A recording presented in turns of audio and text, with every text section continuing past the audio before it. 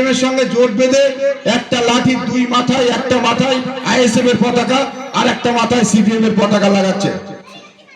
আচ্ছা, এটা ভালো তো, জোট করেছো, ভালো থাকো তোমরা। কিন্তু ওদিকে সেই গদ্দার শুভেন্দু বাবুর নন্দীগ্রামে, সেখানে তোমাদের জোটটা কি হলো? সেখানে তো একটা লাঠির মাথায় দুটো পতাকা নেই। সেখানে আইএসএফ ও প্রার্থী দিয়েছে, সিপিএম এরও প্রার্থী দিয়েছে। তাহলে এটা কেন? সেখানে গদ্দার শুভেন্দুকে জেতানোর জন্য? আপনারাই বলুন। তাহলে তাদের সেটিংটা পুরো ওই কোলাঘাটের শেরি বাংলা হোটেল, সেখানে বসে সেটিংটা ওই গদ্দার শুভেন্দুর সঙ্গে হয়। তো আপনাদের আমি একটা কথা বলতে চাই, এই আইএসএফ নামক দলটা থেকে আপনারা সবসময় দূরে থাকবেন। এদের শুধু একটাই স্লোগান, শিরায় শিরায় রক্ত। পরেরটা আপনারা শুনেছেন, আমি আর বলবো না। তো এই শিরার রক্ত দিয়ে কিছু হবে না বন্ধু। চাপালি গ্রাম পঞ্চায়েতে মানবিক মুখ্যমন্ত্রীর দ্বারা অনেক উন্নয়ন হয়েছে। তিনি কথা দেয়, কথা রাখে। তিনি কথা দিয়েছিল যে আমি লক্ষ্মী ভান্ডার 500 টাকা করে বাড়াচ্ছি। মাননীয় আজিজুল গাজী মহাশয় উপস্থিত আছেন। আমাদের হোসেনপুর 145 ও 46 বুথের মেম্বার মকসেদ ভাই ও হাফিজুল ভাই উপস্থিত আছেন।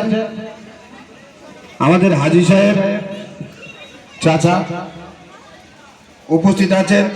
আমাদের হোসেনপুরের লড়াকু নেতৃত্ব মজনু গাজী মহাশয়, আব্দুল্লাহ ভাই, একরামুল ভাই থেকে শুরু করে আমাদের চাপালি অঞ্চল প্রাক্তন উপপ্রধান শাহজাহান মন্ডল মহাশয় এবং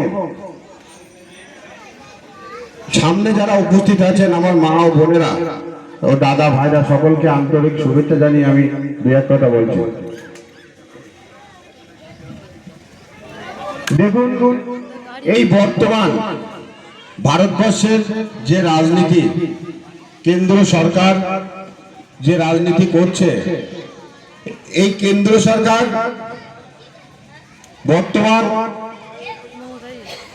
তারা একটা ধর্ম নিয়ে রাজনীতি করে। আমরা বাংলায় যারা বসবাস করি, তাদের বিশেষ করে আমরা যারা মুসলিম সম্প্রদায়ের মানুষ আছি, তাদেরকে তিনি সহ্য করতে পারেন না।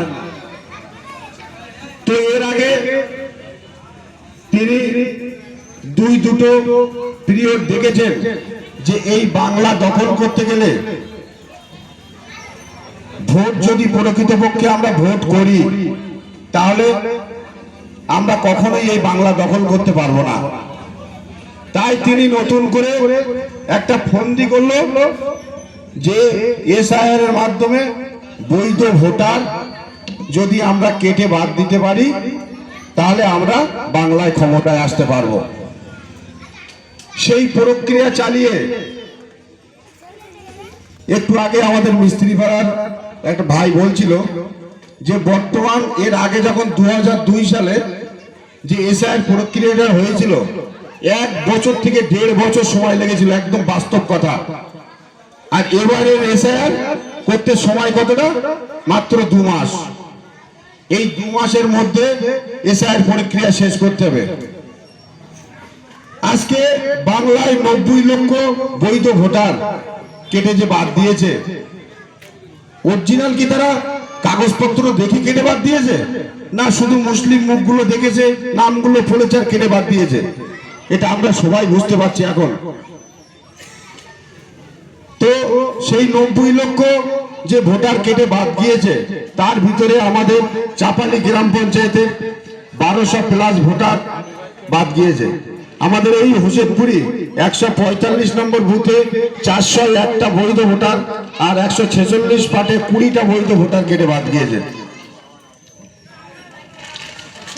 তো আপনাদের একটা জিনিস মাথায় রাখতে হবে, আজকে যদি কোনোভাবে এই বিজেপি সরকার বাংলায় ক্ষমতায় আসতে পারে, তাহলে কিন্তু এই চাপালি গ্রাম পঞ্চায়েতের 1200+ যে ভোটার, বৈধ ভোটার, একটাও আর নতুন করে উঠতে পারবে না।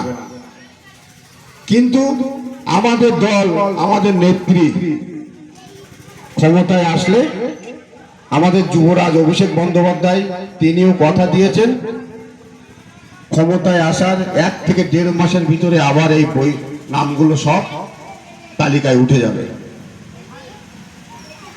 তো আপনাদের মাথায় রাখতে হবে আজকে বর্তমান যে আর একটা আঞ্চলিক দল আইএসএফ, এই আইএসএফটা কারা?